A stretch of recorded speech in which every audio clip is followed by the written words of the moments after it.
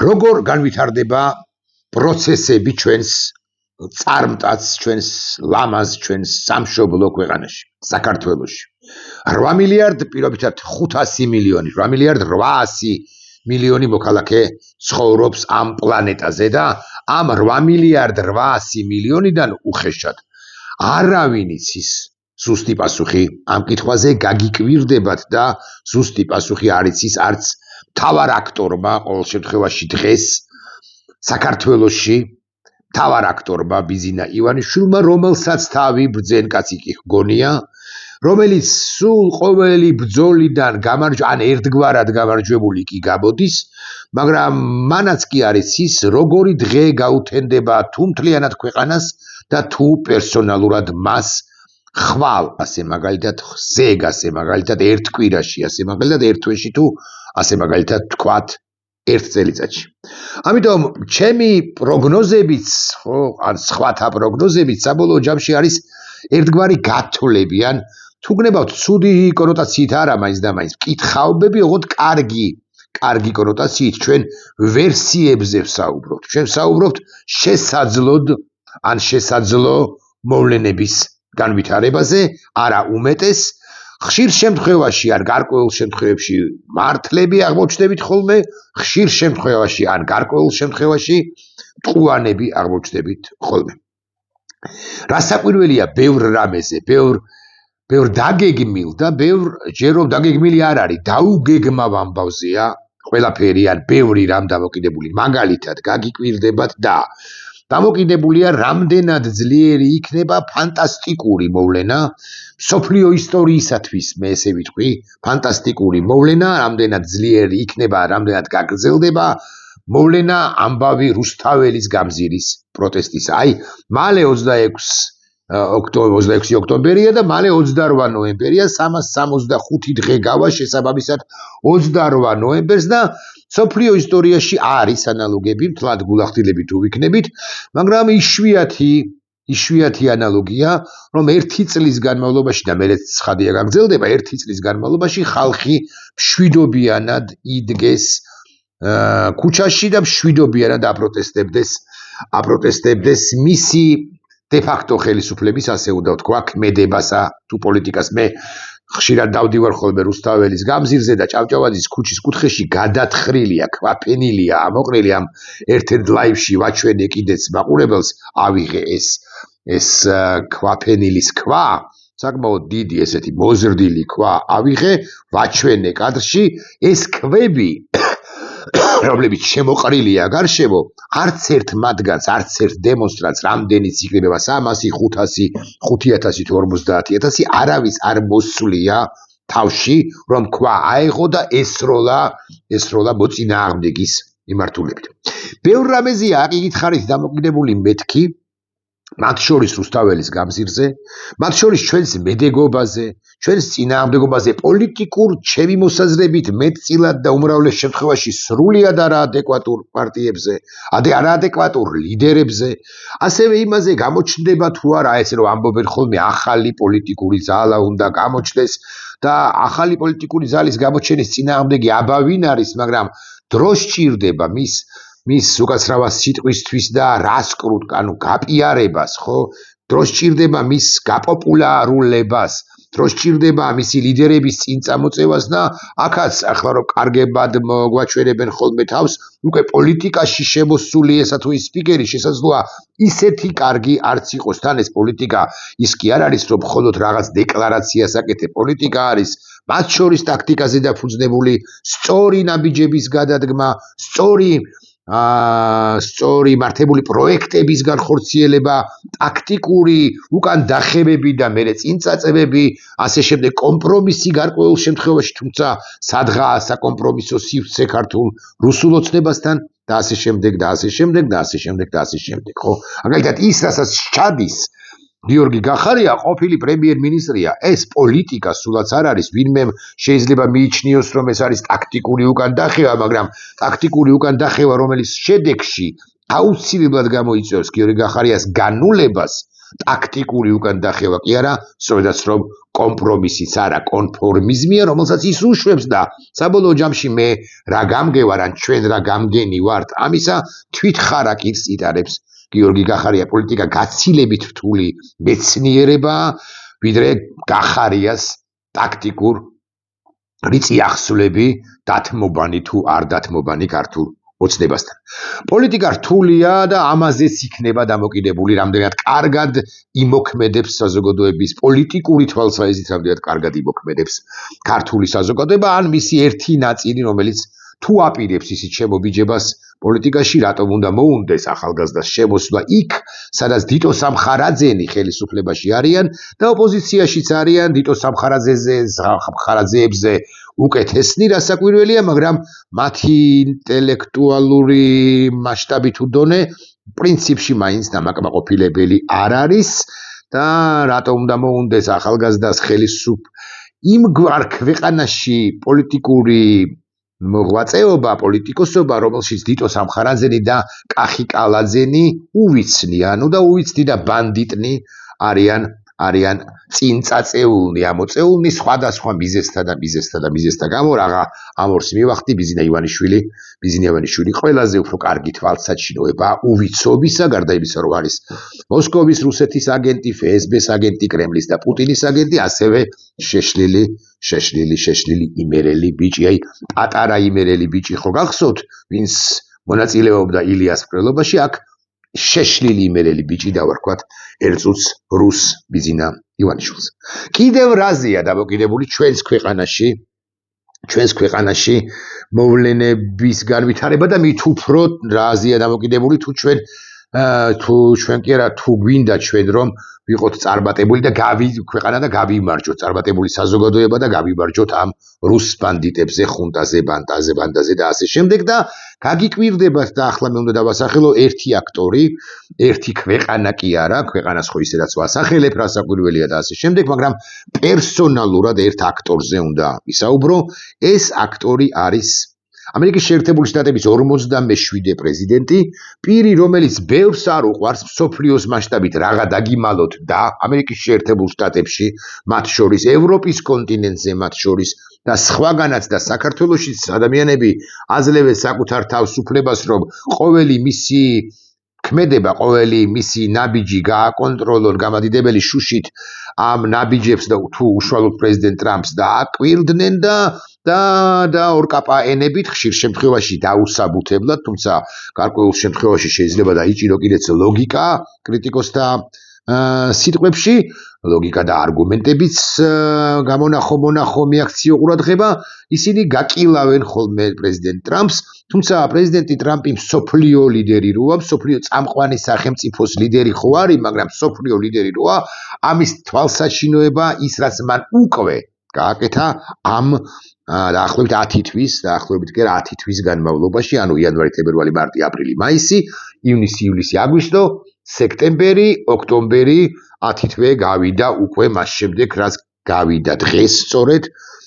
ზუსტად დღეს გავიდა, გაგიკვირდებათ და რაც მან ის დაბრუნდა ოვალურ კაბინეტში, ზუსტად 10 თვეა გასული. რა გააკეთა კონფლიქტების მოგვარების თვალსაზრისით? ეხლა ბევრი იტყვის, რომ ინდოეთი-პაკისტანი მისი მოგვარებული არ არის, იმიტომ რომ ხელშეკრულება როგორც ასეთი არ არსებობსო, სწორიც არის, ხელშეკრულება არ არსებობს, თუმცა ის რომ ორი ბირთვული სახელმწიფო ერთმანეთს სამკვდროდ არ გადაეკიდა, ეს უკვე ამბავია.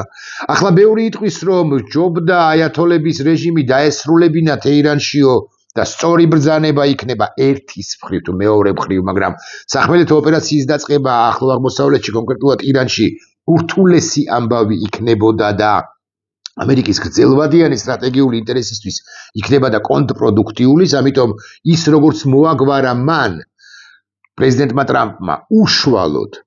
ირანის ბირთვული პროგრამა, რაც მანამდე ვერ მოახერხა პრაქტიკულად ვერც ერთმა პრეზიდენტმა, წინამორბედმა პრეზიდენტმა ბაიდენმა, ობამამას, კლინტონმა, ეს დემოკრატები ვახსენე და ბუშმა რესპუბლიკელი ვახსენე, ესეც ფაქტია. ტრამპმა მოაგვარა მეორე კადენციის მე-10 თვეს თუ მე-9 თვეს ირანის თუ მერვე თვეს ბირთვული პროგრამის პრობლემა და ყველაზე უკეთეს შემთხვევაში ირანისათვის, თეირანისათვის ის დაუბრუნდება ამ პროგრამას დაახლოებით 10 წელიწადში ამ სასტარტო მდგომარეობას. ანუ ეს ორი ამბავი ვახსენე. იქ არის ისეთი კონფლიქტები, რომლებიც საქართველოსთვის, ქართული საზოგადოებისათვის ფრიად უცნაური კი არა, ფრიად უცნობიც არის ჰუსიტების პრობლემა ასე მაგალითად და ასე შემდეგ, მაგრამ თავარი ჩემი მოსაზრებით არის ამ საუკუნო პრობლემის, საუკუნო კონფლიქტის ვინმე იტყვის 1948 წლიდანო, მაგრამ გაცილებით მანამდელი პერიოდიდან დაწყებული კონფლიქტის, ისრაელ-პალესტინის კონფლიქტის მოგვარების მცდელობა მეთქი ახლა უნდა წამომცდენოდა, მაგრამ მცდელობაც არ არის ეს არის რეალურად შედეგდამდგარი, როდესაც უკმაყოფილო როგორც ასეთი პრაქტიკულად არც ერთი მოთამაშე არ არის, როგორც უშუალოდ ამ ისრაელ-პალესტინაში, ისევე გარშემო, აი ყატარიც არ არის უკმაყოფილო, არ არის ლიბანიც უკმაყოფილო, არ არის საუდის არაბეთიც უკმაყოფილო და ასე შემდეგ და ასე შემდეგ, ეგვიპტე არ არის უკმაყოფილო და თურქეთი არ არის უკმაყოფილო და მოგეთ ყველას დაასახელებ პრაქტიკულად, ვინც კმაყოფილია ტრამპის ამ უაღრესად სწორი ნაბიჯებით და რაცა უნდა აკრიტიკო ახლა 47 პრეზიდენტი სამართლიანად თუნდაც რაც არ უნდა აკრიტიკო და რაც არ უნდა არ მოგწონდეს და ხშირად მართლაც შეიძლება არ მოგწონდეს მის მიერ გამოქვეყნებული ვიდეოები მისივე სოციქსელში ან ზოგადად სოციქსელებში მისივე პოზიციონირება, მისივე ეს ცოტა ეპატაჟური პოზიციონირება რასაკვირველია, არ უნდა მოგწონდეს შენ, მით უმეტეს ჩემი თაობის წარმომადგენლებს, რომლებმაც შეიყვარეს შეერთებული შტატები არა მხოლოდ ფილმებიდან, არამედ უყურებდნენ რა აკადემიურობის განსახიერება რონალდ რეიგანს, ამის მიუხედავად ვერ წაართმევ დონალდ ტრამპს, რომ მან ეს პრობლემაც მოაგვარა. ახლა აღარ გავაგრძელებ რა პრობლემა მოაგვარა კავკასიის რეგიონში, სომხეთისა და აზერბაიჯანის კონფლიქტის დარეგულირება გულახდილებით თუ ვიქნებით, მან დაიწყო, კი არა, წინამორბედებმა დაიწყეს, ბლინკენმა და ბაიდენმა დაიწყეს ეს ყველაფერი, მაგრამ ტრამპმა მოაკვარახჭინა ეს ამბავი და იქამდეც კი მივედით, რომ ტრამპის გზა არსებობს სამხრეთ კავკასიაში, ანუ ამერიკის გზა არსებობს სამხრეთ კავკასიაში, კავკასიის რეგიონში, ეს არის უმნიშვნელოვანესი ამბავი, ვინ იფიქრებდა, რომ ეს ასე მოხდებოდა. ყველაზე უფრო მეტად ტრამპს გაუჭირდა რასაკვირველია მოგვარება და ჯერჯერობით მოუგვარებელია კონფლიქტი უკრაინაში. ამ თემას მე ჯერ ამ თემაზე ვისაუბრებ და მე შემოვინაცვლებ სწორედ ჩვენს ქვეყანაში, ჩვენს ქვეყანამდე მოვალ. ეს აღარ არის რეალურად თუ ვილაპარაკებთ ტანკების ომი რუსეთსა და უკრაინას შორის, რომელიც ტანკების ან მძიმე ტექნიკის ომი იყო მაგალითად 2022 წელს, მთელი 22 წლის განმავლობაში, 11 თვის განმავლობაში, 23 წელს 12 თვის განმავლობაში, 24 წლის გარკვეული პერიოდი მაინც, ხო 2024 წლის. ეს იყო ტანკების, მძიმე ტექნიკის, ჯარისკაცების, ხელჩართული ომების, ბრძოლების და ასე შემდეგ ჩასაფრებების სანგარში ადამიანების ყოფლისა და სანგრებიდან სროლის და ასე შემდეგ ცეცხლის გახსნის ომი. ეს უფრო არის მაღალი ტექნოლოგიების ომი. აქ უკრაინას სულაც არ ჩამორჩება თუ არ აღემატება და ჩემი აზრით აღემატება კიდეც რუსეთის ფედერაციას, აღემატება რასაკვირველია რუსების ჯინაზე ევროპელთა მხარდაჭერით და საკუთრივ მის ქვეყანაში, ანუ უკრაინაში არსებული წარმოებული დრონების დრონების სიუხვის ჭარბი რაოდენობის გამო იმ დრონებისა, რომელთა ერთი ნაწილი უკრაინას შეუძლია რომ ექსპორტზეც კი გაიტანოს და არათუ ექსპორტზე გაიტანოს, ამერიკის შეერთებულ შტატებს ეუბნება, ნახეთ როგორი ჭყალებში სითავხედია, რომ ერთობლივი წარმოება ერთიაო, მაგრამ ჩვენო შეგვიძლია ან მოგცეთ ეს დრონებიო, ან მიყიდვით, ან გაცვლით, ან რაღაცა ერთობლივი პროგრამების, ერთობლივი პროექტების ფარგლებში. ზელენსკი ჭყალებში ასაკვირველი ესეც კი თავხედდება შეერთებულ შტატ. ეს ხო ახალი ტექნოლოგიაა, ხო? ტექნოლოგია, რომელიც ახლა ინერგება, სწორი სიტყვა ალბათ, მაგრამ თავდაპირველად გამოყენებული იყო სწორედაც რომ აზერბაიჯან-სომხეთის ყარაბაღის ბოლო დროის პირველ ომში და უკვე შემდგომ გამოყენებული იყო სადარა ისრაელმაც გამოიყენა, თურქეთმაც გამოიყენა და ასე შემდეგ სირიასთან დაკავშირებითაც და ასე შემდეგ, ხო, სირიის ამბავიც რომ მოაგვარა ტრამპმა ეს დამავიწყდა ამის თქმა. და ეს არის ხო ომი გამოფიტვაზე უკრაინასა და რუსეთს შორის, როდესაც ვერც ერთი მხარე ვერ მიიწევს წინ, თუმცა ჩვენ ძალიან უკმაყოფილონი ვართ გულახდილებით ტრამპის კრიტიკოსები განსაკუთრებით უკმაყოფილონი არიან იმის გამო, რომ ერთი დღით ადრე, საათებით ადრე პრეზიდენტი ტრამპი პრეზიდენტ ზელენსკის შეხვედრამდე საათებით ადრე ჰპირდებოდა და საჯაროდ აცხადებდა, რომ აი ამ ლეტალურთა შორის ლეტალური იარაღს ტომოჰავკებს გადასცემდა უკრაინას და უკრაინა უკვე 50 თუ 100 ტომოჰავკს რომ მიიღებდა, ამის შედეგად კიდევ უფრო წინ წაიწევდა უკრაინას არ უჭირს. ახლა ადამიანური რესურსით უჭირს გულახდილებით თუ ვიქნებით, მაგრამ ისე რუსეთის ისეა გამოშიგნული, რომ რუსეთიც ვერ მიიწევს წინ განსაკუთრებით სახმელეთო ოპერაციებში, კი აქ-იქ ახლა დღევანდელი ინფორმაციაა, რომ მან პაკროვსკთან დაიკავა საკმაოდ მნიშვნელოვანი ნაწილი, მაგრამ გარწმუნებთ, რომ რამდენიმე საათში გაჩნდება ინფორმაცია იმის თაობაზე, რამდენიმე დღეში, რომ სწორედ ეს დაკავებული ტერიტორიები რუსეთმა კლავდათ. მოკლედ არის ეს გაწიე გამიშვი გამატარე ამბავი, ესე გასწიე გამოსწიე ამბავი, გამიშვი გამატარე ამბავი და არსებითი წინსვლა არც ერთ მათგანს არ აქვს, არის ომი გამოფიტვაზე, ადამიანები კი ეხოცება განსაკუთრებით რუსეთს პრაქტიკულად კვირაში 1000-1200 ესე ჩამპალი უკრაინის მიწაში ჩამპალი რუსები, რომელთა გატანაც ეგაი ცხედრების გატანაც კი მე გავიგე პრაქტიკულად ზუსტად როგორ ხდება გატანა და სად იყრის ეს ცხედრები თავს დაპაკეტებული სწორი სიტყვა თუ არა, მოკლედ შეჭირხვნილი პარკებში, მათ შორის კი არა, თავად რუსებს ფეხებზე კიდიათ საკუთარები დაღუპული ჯარისკაცები და უკრაინელებს გახავთ და არის მიწის ქვეშ არსებულ მორგებში ასობით ათასი რუსი ჯარისკაცი, სალდათი, ოკუპანტი, ოღონდ პუტინს ისინი ფეხებზე კიდია და უკრაინელები არ მარხავენ საერთო სასაფლაოებზე, რასაკვირველია, მიწას არ აყრიან, იმიტომ რომ ოდესმე რომ მოინდომოს რუსეთმა მათი დაბრუნება, მე უკვე ესე წონით გადასცეს მეთქი სულად გამომდის, მაგრამ მაინც. მოკლედ ცუდი ამბებია, გარშემო რასაკვირველია, მძიმე ამბებია, უფრო ზუსტი რომ ვიყო, ტრამპს უნდა გადაეცა ტომოჰავკები, ტრამპმა და აი აქ უკვე ვრცელდება ინფორმაციები იმის თაობაზე, რა მოხდა ბოლოს შეხვედრის დროს ტრამპსა და ზელენსკის შორის. გულახდილად გეტყვით ცნობები იმის თაობაზე, ზითადად მათ შორის რესპექტაბელური მედიის გავრცელებული, რომ ტრამპი აგინებდა პირდაპირ მნიშვნელობით აგინებდა ზელენსკის ეს ცნობები მათ შორის რესპექტაბელური მედიის მიერ გავრცელებული, ალბათ ნაკლებად დამაჯერებელია. არ გონია კი არა დარწმუნებული ვარ, რომ მძიმე საუბარი შესაძლოა იყო, მძიმე საუბარი იყო, იმიტომ რომ ზელენსკის ჰქონდა მოლოდინი ტომოჰავკების გადაცემის თაობაზე, დაპირების შესახებ თაობაზე, მაგრამ ეს ტომოჰავკები არ არის და ეს ორი ლიდერი თებერვლის მსგავსად არა, მაგრამ გარკვეულწილად რაღაც ემოციური ჯახი მოხდა მათ შორის განა არა, მაგრამ ისიც სათქმელია, რომ ორივე პრინციპში გამოვიდა კმაყოფილი. ტრამპი ეს ცნობა არსებობს და შესაძლოა ეს ასეც არის. ტრამპი მოითხოვა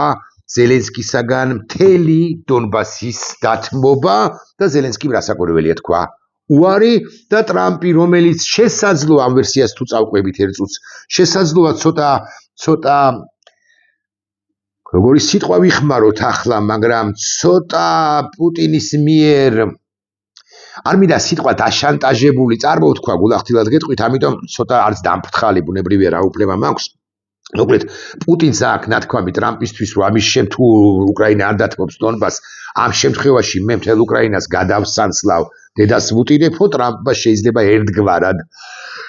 ეს ყველაფერი დაიჯერა და აკი ამიტომაც სთხოვა დონბასის დათმობა ზელენსკის და ზელენსკი რასაკვირველია ამაზე ყაბულ თანახმა არ არის და ეს ემოციური ჯახი შესაძლოა ამის გამოც მოხდა. მოკლედ გადადებულია ტომოჰავკების გადაცემის საკითხი გარკვეული პერიოდით, თუმცა მე მინდა დაგარწმუნოთ, რომ როგორც არაერთხელ ყოფილა წინა 10 თვეში, ბოლო 10 თვეში ჩავარდნები უკრაინასა და რუსეთში, უკრაინასა და შეერთებულ შტატებს შორის ურთიერთობებში და მერე გამოსწორებულა მიზეზთა გამო ევროპელების ჯარებით, ნატოს ჯარებით, თავად უკრაინის პრეზიდენტის ძალისხმევით და ასე შემდეგ, მე გამინდა დაგარწმუნოთ, რომ დაახლოებით 2 კვირაში რომ გაიმართება შეხვედრა ბუდაპეშტში ტრამპსა და პუტინს შორის და იქ როდესაც ტრამპი კიდევ ერთხელ მე რამდენჯერ 25-ჯერ უხეშად დარწმუნდება, რომ პუტინი ადეკვატური მოთამაშე არ არის, უკვე შემდგომ სრულიად ახალ ან კიდევ ერთხელ ახალ ეტაპზე გადავა, ახალ პოზიტიურ დინამიკას შეიძენს ურთიერთობების შეერთებულ შტატებსა და უკრაინას შორის და უკვე შემდგომ უხეშად ვიტყვი და ახლობით ერთ თვეში წლის ბოლოსთვის თუნდაც ამერიკის შეერთებული შტატების პრეზიდენტი კიდევ ერთხელ იმედგაცრუებული პუტინისგან კიდევ ერთხელ მიიღებს გადაწყვეტილებას და საბოლოო იმედი მაქვს საბოლოო გადაწყვეტილებას ტომოჰავკების ან სხვა ლეტალური იარაღის მიწოდების თაობაზე, რაც მკვდარი წერტილიდან და ახლა არის მკვდარი წერტილი, ახლა არის ერთგვარი ჩიხი, ახლა არის ერთგვარი გამოფიტვის პოლიტიკა დაძრავს უშუალოდ ფრონტის ხაზზე ვითარებას უკრაინის სასარგებლოდ, მაგრამ ამ ყველაფერს ემატება რასაკვირველია სანქციები. არავინ თქვას, რომ სანქციები როგორც ასეთი რუსეთის წინააღმდეგ არ მუშაობს, დიახ, ბრგედ და ყინჩად გამოიყურება რუსეთის ფედერაცია თითქოს, მაგრამ რეალურად მას ძალიან უჭირს ამ დასავლურ სანქციებთან გამკლავება, მათ შორის მეორადი სანქციების იგულისხმება იცით თქვენ, რომ ასე მაგალითად ინდოეთთან მიმართებაში შეერთებული შტატების პრეზიდენტმა საკმაოდ საკაბათო გადაწყვეტილება მიიღო, მაგრამ დრო რომ გადის და ინდოეთი იხევს და იხევს უკან და ნაკლებად დამოკიდებული ხდება რუსეთზე ენერგო რესურსების თვალსაზრისით, დრო რომ გადის, ჩვენ ვწმუნდებით, რომ ტრამპის ეს თითქოს და არასწორი გადაწყვეტილება აღმოჩნდა, რომ არის სწორი გადაწყვეტილება. ზუსტად ასევე ტრამპი მიიყვანს ევროპას იქამდე, რომ ევროპამ აღარ შეისყიდოს ნავთობი და ბუნებრივი აირი რუსეთისაგან, რაც გრძელვადიან ან საშუალებადიან პერსპექტივაში კიდევ უფრო დაამძიმებს რუსეთის როგორც ტერორისტის სახელმწიფოს პოზიციებს და მდგომარეობას. ზელენსკი ითხოვს მშვიდობას, რასაკვირველია, ზელენსკი ყაბულ არის, რომ მშვიდობა შედგეს იმ პოზიციებზე, მშვიდობა დადგეს, როგორც ის პოზიციები ჰქონდეთ შენარჩუნებული, რომლებიც ახლა ამ წუთას აქვს შენარჩუნებული მხარეებს, ოღონდ ეს იქნება დროებითი მშვიდობა, რამდენადაც SVO, ანუ სპეციალური სამხედრო ოპერაცია როგორც ასეთი რუსეთს უქმებული არ აქვს და უარი მასზე როგორც ასეთზე არ აქვს. ამიტომ თუ მშვიდობა დამყარდება უხეშად 6 თვიანი, თუ მშვიდობა დამყარდება უხეშად 1 წლიანი, ეს არ ნიშნავს იმას, რომ ომი როგორც ასეთი დასრულდება, ევროპასაც, უკრაინასაც ცხადია და შეერთებულ შტატებსაც გასიგრძე განებული აქვთ, რომ რუსეთი ასეთი ბოროტი სახელმწიფო ახლა უბრალოდ ამოსუნ თქვა და დესანქცირება უნდა აქვე, რასაკვირველია უნდა ვთქვა, რომ უკრაინა მის მიერ წარმოებული იარაღით, მის მიერ წარმოებული დრონებით და არა მხოლოდ დრონებით, არამედ ფრთოსანი რაკეტებითაც უზარმაზარ ზარალ-ზიანს აყენებს რუსეთის ფედერაცია სიღრმეში. რასაკვირველია, ტომოჰავკები ძალიან კარგია, კიდევ უფრო უკეთესი იქნებოდა, მაგრამ უკვე არსებული იარაღითაც უკრაინა ესე მიზანმიმართულად, წერტილოვნად, ტარგეტირებულად ბომბავს რუსეთის ფედერაციას და აკი ამიტომაც წარმოიდგინეთ, რაზე ვსაუბრობთ, აი ამ ვეება სახელმწიფოს ნავთობ გადამამუშავებელი ქარხნების 25% აღარ არსებობს, აი ესე უნდა ვთქვა, ან მნიშვნელოვნად დაზიანებულია. ეს არ არის 1 და 2 მილიარდის საინვესტიციო საქმეების საინვესტიციო ამბავი, ეს არის ბევრი და ბევრი მილიარდის და კიდევ დროზე აღარ ვლაპარაკობ, ტექნოლოგიებზე აღარ ვლაპარაკობ, ტექნოლოგიების შეტანაზე, აღდგენაზე და ასე შემდეგ. აკი ამიტომაც წუწუნებენ თუ ვთვლად ობიექტური ვიქნებით, ცალკეული ის პირები, რომლებიც რუსეთში, რომლებიც პუტინთან მიმულები არიან, განა არა, მაგრამ თავისუფლების ოდნავი ხარისხი მაინც აქვს და შეუძლიათ ტელეგრამზე დაწერონ და მერე წაშალონ. უხეშად ხსნი ხო, Facebook-ზე, უფრო ტელეგრამზე დაწერონ და მერე წაშალონ. ეს და დღეში ვართო, ეს დღეში აღმოჩნდით ამისა და ამის გამო ამგვარი ამბები გაღრმავდება და შემოღრმავდება ამ პროცესში. ეხლა გადავიდეთ საქართველოსთან დაკავშირებულ საკითხებზე და რასაკვირველია უნდა გადავიდეთ და ვიკითხოთ ჩვენთან, ჩვენ სინამდვილეში ვინ შეცვლის ამ ჩვენში არსებულ ვინ დაამარცხებს ბიზინა ივანიშვილს და საკვირველია ერთი მეორე მთავარ აქტორი არის ქართველი ხალხი, რომელიც არ ჩერდება, ადამიანები, რომლებიც დაიჭირეს, ადამიანები, რომლებიცაც დაიჭერენ, ადამიანები, რომლებიც არ ეპუებიან ბიზინა ივანიშვილს, შესანიშნავად ხვდებიან რა გაუკეთა ბიზინა ივანიშვილმა ამ ქვეყანას და რის გაკეთებას აპირებს, ეგ რუსი, ეგ შეშლილი და ყველაფერი გავიგეთ, მაგრამ ვიდრე საქართველოზე ბოდიში ვიხდი ერთი რეპლიკაც, აი არც თუ შორეულ მომავალში თუ არ ვწდები ნოემბრის დასაწყისში ამერიკის შეერთებულ შტატებში ოვალურ კაბინეტში იქნება ცენტრალური აზიის 5 სახელმწიფოს ლიდერი, ანუ ჩამოვასახელოთ ყაზახეთი, ყირგიზეთი, უზბეკეთი, ტაჯიკეთი, თურქმენეთი. წარმოიდგინეთ ქვეყნები, რომლებიც თითქოს და იხედებიან ერთის მხრივ ჩინეთისკენ, მეორეს მხრივ რუსეთისკენ, მესამე მხრივ ამ ქვეყნებში ბუნებრივია თავისი სტრატეგიული ინტერესები აქვს. თურქეთს და სტრატეგიული ისტორიული მეთქი თურქეთის გადმოსახედიდან ვიტყვი, ხო, აი ამ ქვეყნების ხუთი ქვეყნის ხუთი ლიდერი იქნება ოვალურ კაბინეტში პრეზიდენტ ტრამპთან. ტრამპი იჯდება, გასაკვირველია, ხოლო დანარჩენები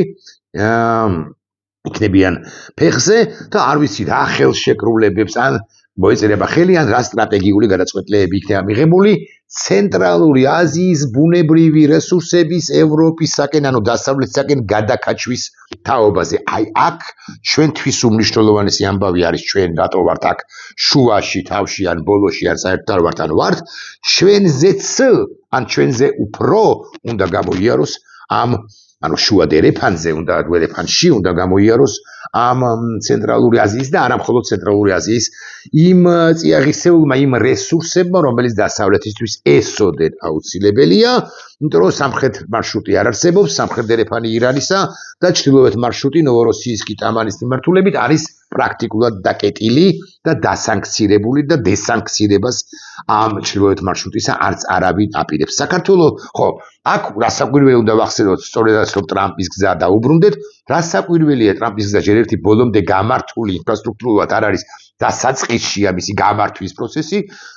და აქ რასაკვირველი ლაპარაკი იქნება ტრამპის გზაზე, ანუ ეგრეთ წოდებული ზანგეზურის დერეფანზე ამ სტრატეგიული ნედლეულის ევროპა, თურქეთსა და მე უკვე ევროპაში გადატანა, მაგრამ ეს არ ნიშნავს იმას, რომ ჩვენ საქართველოს როგორც ესეთი ფუნქცია დაკარგული ქვეყანა ვართ, ჩვენ მაინც ისტორიულად ვართ შუა დერეფნის მთავარ სახელმწიფო, მთავარ გზა და საქართველოს ამასობაში არის სრულიად მოწყვეტილი, სრულიად გაგიჟებული. აი ძალიან უხეშად ხსნი, ძალიან უხეშად. როდესაც ვუტრირებ ცხადია, ტრამპი კითხავს, მაგალითად ტოყაევს, რომ აი რა უშლის ხელს რაღაცა ნედლეულის გატანას შავი ზღვიდან მე უკვე ხმელთაშუას ბოსფორი ხმელთაშუა ზღვის მიმართულებით ტოყაევს, ალბათ ყველაზე გამოცდილს ამ ლიდერებს შორის აქვს სრული უფლება, არ სრული შესაძლებლობა თქვას, რომ იცით რა არის, საზღვაო ინფრასტრუქტურა საქართველოში არ არის განვითარებული. და საქართველოს არის შუა დერეფანი, ვიდრე ზანგეზური ტრამპის გზა მოეწყობა და მერეც უკვე შავი ზღვის ცენტრალური დერეფანი, შუა დერეფანი გასამართია პრეზიდენტო ტრამპ და ასე შემდეგ. მე ცხადია ვუტრირებ და ესეც მნიშვნელოვანი პოინტია, ხო? ესეც მნიშვნელოვანი პოინტია, რომ ტრამპმა მერე უკვე რომელიღაც ეტაპზე რასაკვირველია გადმოხედოს საქართველოს, გადმოხედოს და ისაუბროს, კი მაგრამ კონგრესმენ ვილსონ ხო რა ხდება ამ ქვეყანაში, სახელმწიფო მდივანო რუბიო ამიხსენით რა ხდება ამ ქვეყანაში და საერთოდ ვინმე განვიმარტეთ რაზე ვლაპარაკობთ ახლა, რა პრობლემების წინაშე ვართ. ამ პატარა ჩვენ ქვეყანას ცხადია შეურაცხყოფას არ ვაყენებ, მაგრამ აი ზღინკიანი ბიზნეს, ასე უნდა ვთქვა, ზღინკიანი ბიზნეს ქვეყანაში რა პრობლემები არის, საერთოდ ვინ არის ეს ზღინკიანი ბიზნესი, რატომ არის რაღაცა სერიოზული პრობლემა თლიანად სამყაროსათვის უკვე რატომ ხდება რა იზოლაცია, რა დამოუკიდებლობა, რა ეგრეთ წოდებულ დამოუკიდებლობაზე მელაპარაკება, რა დიტო სამხარაძე და რა ახმამაღლებული დღეს რაღაც შევნიშნე ირაკლი ზარქუ, არა, მათამდე არ დავაცხადია, მაგრამ არც იცის და არც უნდა იცოდეს მათ შესახებ. ხო და აი ეს არის ამბავი, რომ საქართველოს გასაკვირველია ფუნქცია მიღებული იქნება გარკვეული პერიოდის შემდეგ, როდესაც თვალს გაახელს ის რაც გაახელილი აქვს თვალები პრეზიდენტი ტრამპი და იკითხავ ბევრ დეტალებამდე მას უყვარს დეტალიზაცია, ასე ვილაპარაკო, ლამის თვითონ გაავლო საზღვრებად წოდებული ხაზები პალესტინასა და ისრაელს შორის, ლამის თვითონ მოხაზა ზოლები სხვადასხვა ფერი ახლო აღმოსავლეთში და აქაც შეიძლება იქ ჩინეთის ინტერესის დაბალანსებაზე, იქ თუ ეტყვია რომ ჩინეთი შემოდის, რა ჩინეთი ბევრი, იქ თუ ეტყვია რომ ამერიკული კომპანიები პრაქტიკულად გააგდო ბიზნეს იონიშვილმა ანაკლის პორტი იგულისხმება და ასე შემდეგ და მივადექი საქართველოს საკითხს, მოკლედ ყველა საქმეშია, ლიდერი სომხეთისა საქმეშია, ლიდერი აზერბაიჯანისა საქმეშია, ცენტრალური აზიის სახელმწიფოების ლიდერები საქმეში არიან უკრაინა საქმეშია, მოლდოვა საქმეშია, ვიღა დარჩა ხო ყოფილ საბჭოთა კავშირში გარდა შეშლილი ბიზნეს ივანიშვილისა და აი ესე ნაცრისფერ ზონა და ამ ქვეყანას ჩვენს ქვეყანას არც არავინ დატოვებს და აი აქ უნდა ვახსენო კონგრესმენი ვილსონი ინიციატორი მეგობარი აქტისა 30 წუთი კი ამოიწურა ამასობაში რომელმაც ფორმულასთან ინტერვიუში ბევრი რამ თქვა, მათ შორის მეგობარი აქცეც თქვა, მაგრამ აი ყველაზე დასამახსოვრებელი ჩემთვის იყო ერთი სიტყვა, ერთი ფრაზა, რომელიც სამწუხაროდ ვერ ლინკი ვერ გადმოვწერე, კი არა, ამავიწყდა გადმოწერა, მაგრამ უნდა მენდოთ, კონგრესმენი ვილსონი ამბობს. ტრამპსო უყვარსო, ამე არა გვაქვს. ტრამპსო უყვარსო მაღალსართულიანი, ანუ სათამბჯენების აშენება. და მე ველოდები იმ დღესო და არც თუ შორს არის ის დღეო, როდესაც პრეზიდენტი ტრამპი თუ თბილისში და თუ ბათუმში გაჭრის ლენტას ტრამპ თაუერებისა. თბილისში, ბათუმში ადგილი არ არის ვიღაცა მეტყვის ახლა. თბილისში სად არის ადგილი, აზად არის, ამას დააყოლებს მეორე ვინმე. გამოიძებნება უშუალოდ კალაძე აღარ, რასაკვირველია, ამ დედაქალაქის მომავალი მერი გამოძებნის ადგილს ტრამპ თაუერისთვის. და უშუალოდ პრეზიდენტი ტრამპი აიღებს მაკრატელს, ჩამოტანილს შეერთებული შტატებიდან, აქაურ მაკრატელებს არ ენდობიან, ასე უნდა ვთქვა, შეიძლება ბლაგვი იყოს, ან ჩინური, და ტრამპი გაჭრის. ეს წინააღმდება ეგრამაგის პასუხია და უტრირებით თქვი, ხა მაინც და მაინც ქართული, რუსული ოცნების ტელემედიის საშუალებები ნუ მოჭრით მაინც და მაინც ამ ნაწილს. უტრირებ ხალხო, გაიღიმეთ, დამშვიდით, ყველაფერი კარგად. და ტრამპი გაჭრის ლენტს თუ ბათუმში და თუ თბილისში ორივეგან ტრამპ თაუერებისა. აი ეს თქვა სწორედ კონგრესმენმა ვილსონმა და მეც დაუმატებ კი გადავიდა უკვე 31 წუთი იწურება 32 წავა უნდა მომიტევოთ. მეც დავუმატებ. საქმე ის არის რომ ტრამპი აუცილებლად გადმოხედავს ამ ქვეყანას როცა იქნება მაშინ. და აი ამ ქვეყანას ბიზინიადას ან ბიზიდა ივანიშვილს შეშლილს უსის კი არა ფსბ-ს აგენტს და ნაყენებით გააჭყებილს ბუნებრივია ვერ დაუტოვებენ. და ის იქნება დამხმარე ქართველი ხალხის, ანუ დონალდ ტრამპი. ამიტომ უნდა იყოს ქართველი ხალხი სულ, ან ხშირად, კი არა, სულ, ხშირად არ არის სწორი სიტყვა, სულ აქციებზე, რომ ამ ხმამ საქართველოდან ჩააღწიოს ვაშინგტონში, ისედაც იციან ცხადია, მაგრამ ვაშინგტონში კონკრეტულად თეთრსახში ადრე იქნება თუ გვიან რა, ამბობენ ქართველები, ძირს ვინო ეს იკითხონ ამერიკის თეთრი სახლის ტრამპის ადმინისტრაციაში და ამ კითხვის დასმის შემდეგ კიდევ ერთხელ დაიბარო ელჩად წოდებული იტალიაშვილი, მაგრამ რასაკვირველია პირველ ყოვლისა რუბიოს და ასევე კონგრესმენებს და ასევე სენატორებს პრეზიდენტმა ტრამპმა კითხოს რა პოლიტიკას ვაყალიბებთ ამ ძღინკიანი ივანიშვილის საქართველოში, რაზეც რასაკვირველია ის მიიღებს პასუხს, რომ ამის გამო რომ ჩინური ინტერესებია, ამის გამო რომ აგე კობახიძე იყო ირანელებთან და ლამის მიწამი აყარა ცალკეულ ლიდერებს ირანის არადემოკრატიული რეჟიმისა, იმის გამო რომ ჩინეთთან ესეთი აღებმიცემობა და გადაფსკვნილობა აქვს ბიზინა ივანიშვილს, who is ბიზინა ივანიშვილი, იკითხავს და მე ეტყვია რომ ბიზინა ივანიშვილი is crazy. და ასეც იქნება. მოკლედ ამ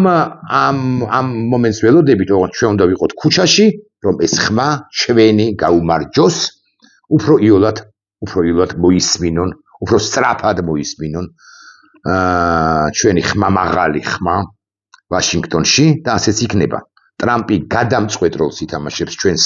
პროცესებში, მათ შორის შავი ზღვის კონტექსტში და ასე შემდეგ და სწორედ ტრამპი იქნება, ვინც თავდაპირველად ბიზინა ივანიშვილისაგან მოითხოვს შემდეგს გაანთავისუფლეთ ძევლები. ძღინკიან ბიზინას სხვა გზა არ ექნება გარდა მძევლების განთავისუფლებისა და გაცლისა, ისიც თუ გავუშვით, მადლობა უნდა თქვას. ნახვამდის.